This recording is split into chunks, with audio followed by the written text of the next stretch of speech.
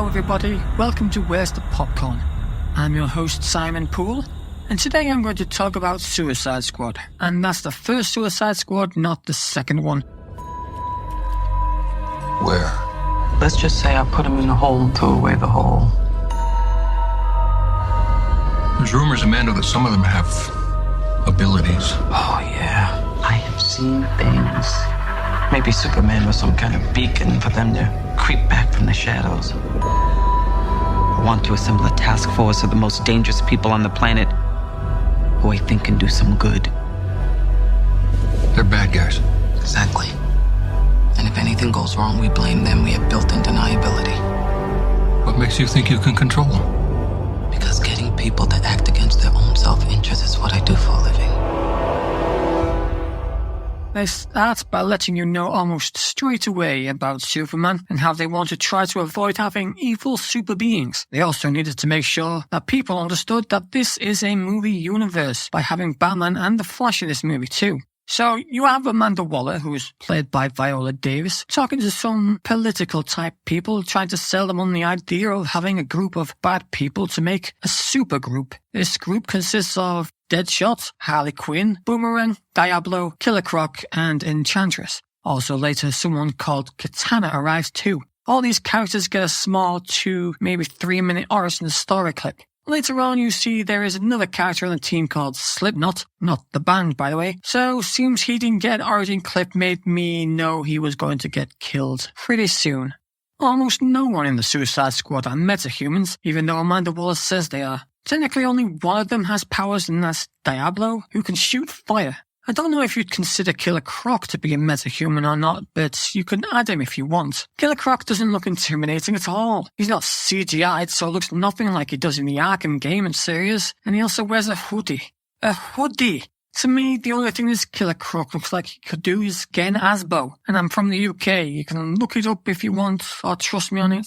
Also, I understand trying to have a different Joker because all of the live-action Jokers up to this point have been great. But did we really need to make the Joker look like he just got rejected from an audition to be in Black Veil Brides? This is one of those things where if the main person, this being Amanda Waller, just stayed at home and did nothing, then there would have been no bad guy. This means that if Amanda Waller hadn't recruited Enchantress, Enchantress wouldn't have had a chance to find her brother, set him free, and have the brother cause havoc.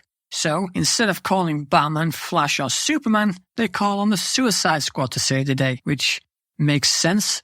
So, Enchantress is the bad guy. She's sort of like a Hulk character, meaning she is a normal human with a super entity living inside her, that is. The squad are on their way to take out Enchantress and her brother, who is named Incubus, not the band by the way. Wow, that's another band name. Anyway, the journey from point A to point B from this point involved helicopter crashes, fighting zombie-like creatures, a Joker appearance, oh no, Joker's dead, oh wait, no he isn't, type thing. The squad taking 5 to have a bevy at the local pub. They talk about family so they can humanize the good bad guys, and so they can also do the I lost one family, I'm not losing another line later. So, they arrive to save the day. The Enchantress, who is played by Cara Delevingne, is moving weirdly, like doing a weird hula hoop without the hoop. I have no idea what the director or writer asked Cara to do, but here we are. The ending is a basic superhero movie ending, a big battle that the good guys or bad guys in this case win with a superhero or villain in this case sacrificing themselves, that being Diablo, who does die after taking out Incubus. I also find it weird that they managed to make Harley Quinn's shorts shorter post-filming, but they did a horrible job with Henry Cavill's facial hair for Justice League. I know that Suicide Squad isn't made by the same people as Justice League, but it's still under the Warner Bros. Umbrella. The third movie in the DCEU behind Man of Steel and Batman vs. Superman, so let's go through the problems. A team-up movie and a third movie? The third?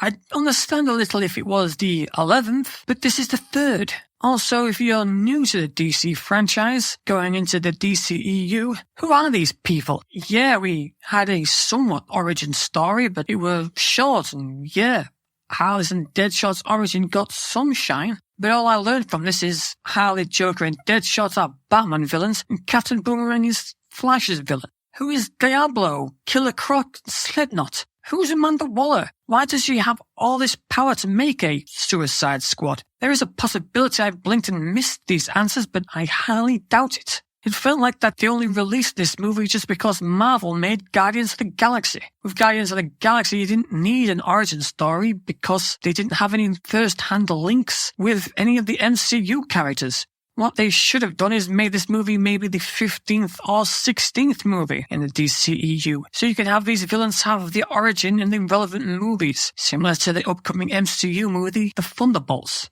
Just like most DCEU movies, it was too rushed to say, hey, we have a whole universe of characters that we've had access to for decades, but we are going to show you in over 3 years. Also, the main villain is British again. I mean, come on. Although I probably shouldn't complain, being a British voice actor myself, a villain role would probably be my bread and butter. There's an Aya cut that seems to be out there, similar to the Snyder cut, and it sounds like it is a better version than this Warner Bros. Cut. So I hope we find out, but with how Warner Brothers, or shall I say, David says you're having a love, we probably won't.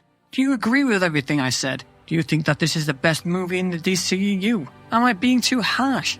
Let me know on Enter's social media website here, which basically just means anywhere, at not_N_WNC. I'm Samuel Paul. This has been Where's the Popcorn, and I hope to talk to you again real soon. Take care.